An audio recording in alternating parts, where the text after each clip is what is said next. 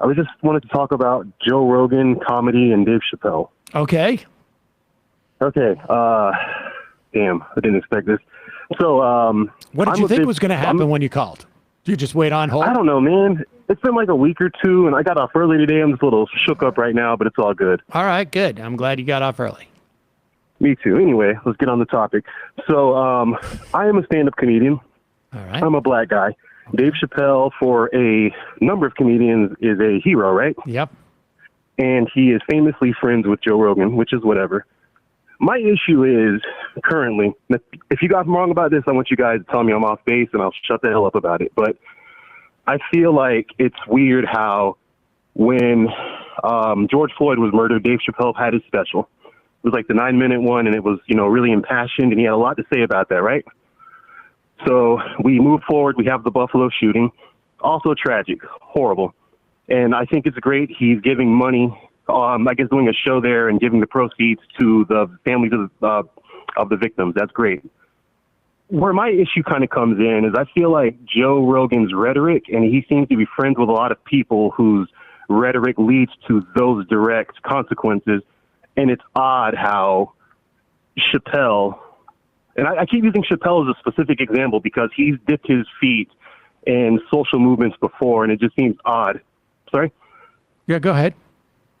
No, I think it's odd that he's kind of quiet about this, or maybe doesn't want to, or isn't taking the stance that, hey, my buddy seems to be buddies with a lot of people that hate people that look like me. I mean, I just don't think, well, first off, I mean, you may have a sense of this, and certainly with that generation of comedians, sure. The idea of like that you're a comedian is your primary identity, Okay. and for a lot of those people, and I think Chappelle has had,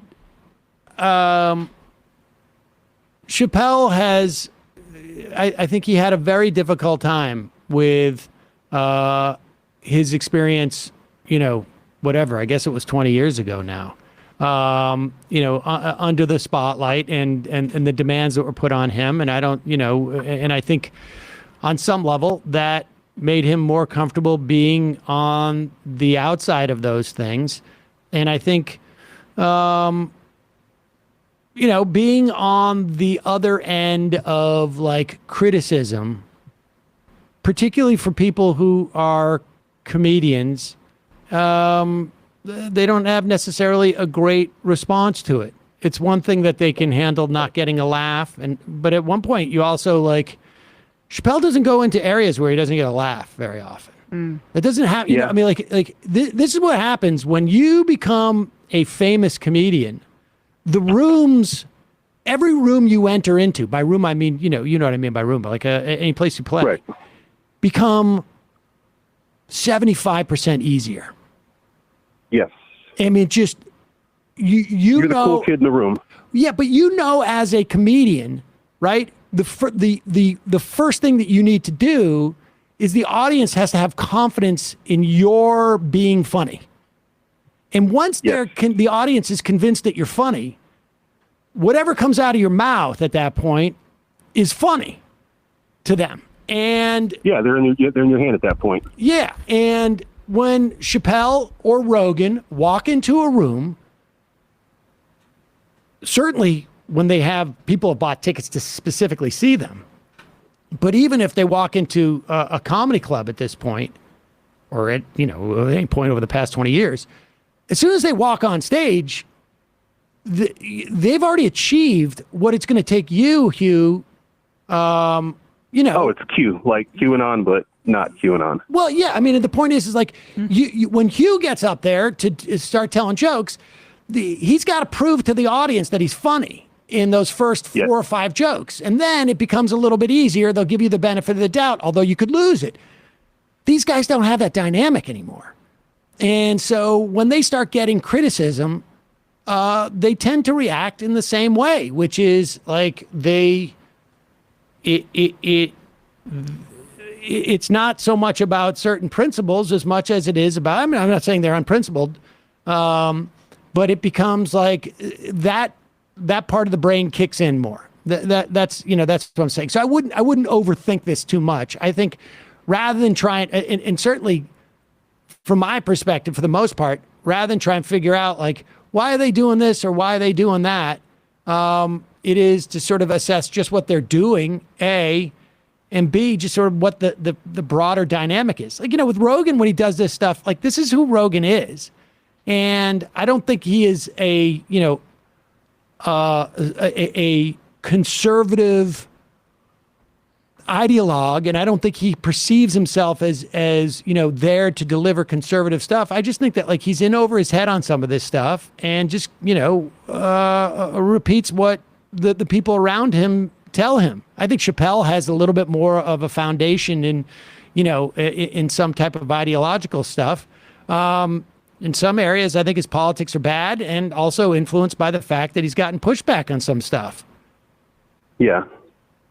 That's... Yeah, no, that's a good perspective, man. I appreciate that. Right on. But that's that. All right, Hugh. No, that was really quick. One more thing. Jared Leto, we all know he's trash, but one more reason he's trash. He once punched Elijah Wood for not liking his band. I mean, that's pretty scummy, he's somebody who, for some reason, has despite all of these there's been accusations against him, has escaped. He's like Teflon. Yeah, has escaped Me Too, and I also think he's a bad actor. So my anti-Jared Leto.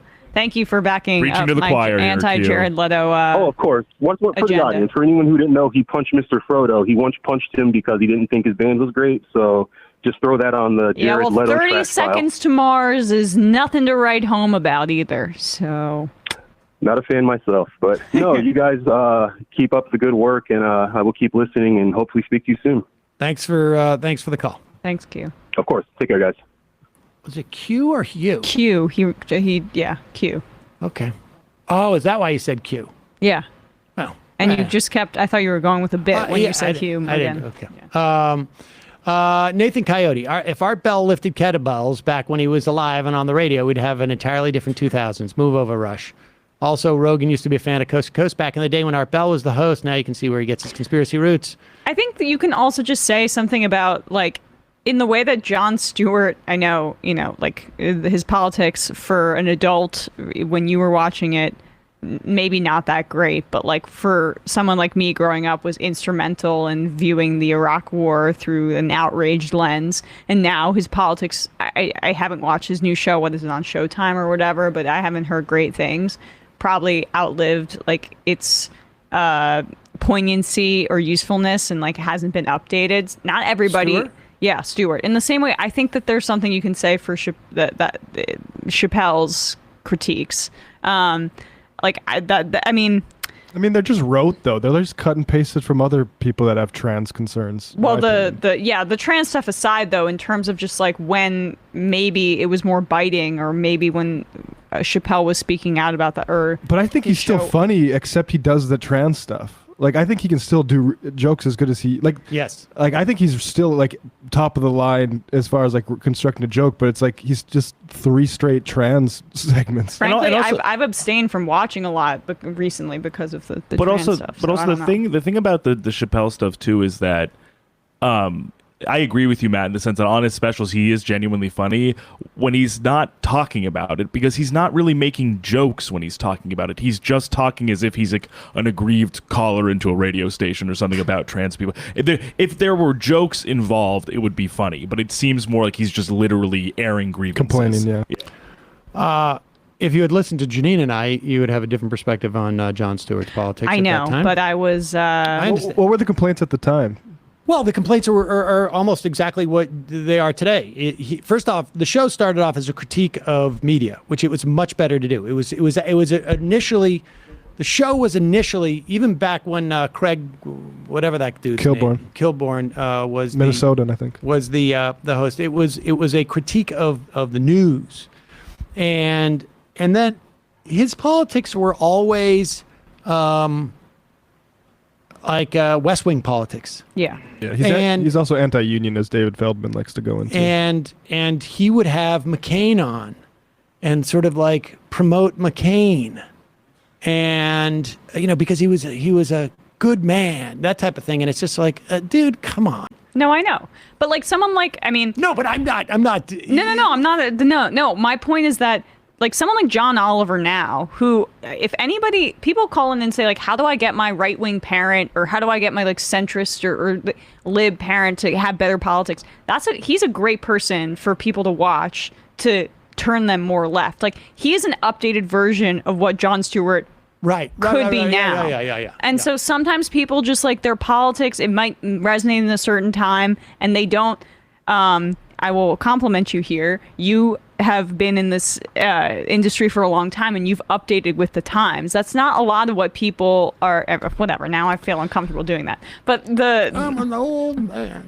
But like it speaks to your ability to critically think, that you're able to update and not entrench yourself in like your perspective from when you got big or whatever. Sometimes that's what happens, and people aren't able to adjust and update to the times, even though I know what you're saying, that Jon Stewart but I don't even think that great. my politics have changed that dramatically. I think the politics around me have changed, and I'm responding to that consistent with my politics. I mean, we had Bernie Sanders on in 2004. He was not, nobody knew who he was. He was an independent socialist congressman from Maine. Yeah. From Vermont. But materially, my politics have basically been the same since then. But sometimes people hit a wall where they are reactionary about certain things because they have gotten too big, or they've gotten too much affirmation, where they don't feel the need to critically think about their own biases anymore. And that's the case with Chapelle on trans people. I think what happened with Chapelle was just that he probably has harbored that same sort of attitude, throughout his life. It just, the politics around him, it became more, he felt more comfortable talking about it. And also he felt like, Jerry Seinfeld was always a schmuck. And it's just that it comes out now because he's like, complaining, people don't like my gay king, bit anymore. They hiss at it. And instead of like saying like, ooh, this stuff is sort of stale. And, but I do think there's been more of what you're talking about in terms of change and progress, in terms of like the racial and gender issues. That has changed. Like, there's some people like, for instance, Sarah Silverman did material 20 years ago that she has repudiated and has a different understanding of the implications of it. Go ahead, Sam. And there's some people who they can't bring themselves to make that change, or they don't want to, or they're resentful of the change. They're like reactionaries about their career to an extent, this might be a little half-baked, but like, the trans thing does seem to, for some comedians and public figures, like kind of across the board, it kind of is like broke a few of their brains. It's older like male Chapelle, comics who have misogynistic tendencies, and it's bigotry. I mean, they are too wealthy and too beloved and get too much positive affirmation to critically think and change. And that's Gervais how I feel about it. Another shameful one. I used to like Ricky Gervais's work a lot, but him and Linehan are just such transphobes. I was listening to Adam Sandler on Bill Simmons' podcast, and Bill like teed him up with you couldn't make that anymore. If you tried to make that these days, you'd have a mob on your hands. And Adam Sandler said, no, it's actually good that you have to think about these things more. It's like he clearly had a rehearsed like, I'm okay with the changes that are happening. That's odd, because Sandler's an open conservative. Yeah, but it's like, he's also openly making projects right now. He can't make what was that movie that worst movie I've ever seen? Jack and that Jill? Movie where there was incest in it. Jack and Jill? With Milo Ventimiglia. No, that was horrible too.